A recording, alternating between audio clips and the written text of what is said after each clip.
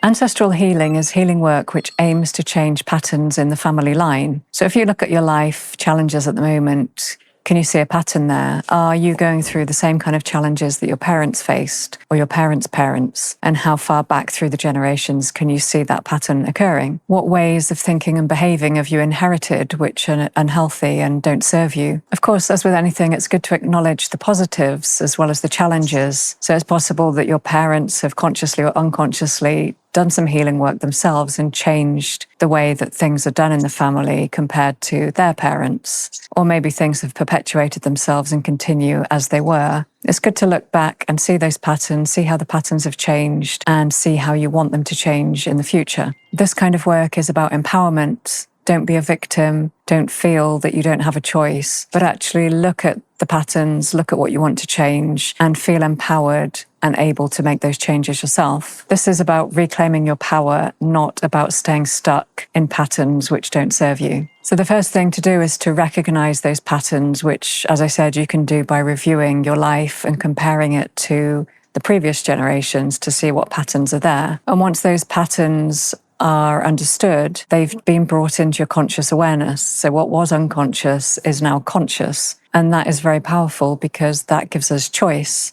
Once we're conscious of patterns, we can notice when they're occurring and we can make a choice to do things differently. So I'm going to use an example to make this clear. So let's imagine that somebody is constantly worrying about money and it's not needed because actually they have enough money, they've always had enough money, and this shouldn't be something that brings them anxiety or takes up a lot of time. The person has enough, but they find themselves constantly obsessing about money, making calculations maybe, worrying about what will happen if they run out of money or if the money runs out or how they will cope. So that person looks back through their family line and notices that their parents were similar, that they had similar money worries, and they go back another generation and notice that their grandparents also had money worries. But actually in this case, it was genuine. There was a genuine reason why money was an actual worry. But the parent has inherited those patterns of thinking and patterns of behavior from the grandparents, and they've continued on that pattern, worrying about money, even though they changed their own situation around and ended up having plenty of money. So this is why we need to look back through the generations, because those patterns of behavior and thinking continue, even though the physical situation has changed. And what's helpful to think about when working on healing this is think about the worst case scenario. So in that example, if that person would think about what's the absolute worst case scenario, would be actually ending up with no money, being homeless, having nothing. That's the actual worst case. And if you can think and feel into that situation, also evaluate how likely is that actually to happen based on the current situation. If you can accept that that is the extreme that could happen and allow yourself to think that through and feel into it, the power of that is taken away, because that is what is unconscious being brought into conscious awareness, so that you can realize, okay, if I was heading down that route, I could do this or I could do that to stop it from happening. I could call on my own resources to make sure that I take a different route in life. And think back to the number of times that you've done that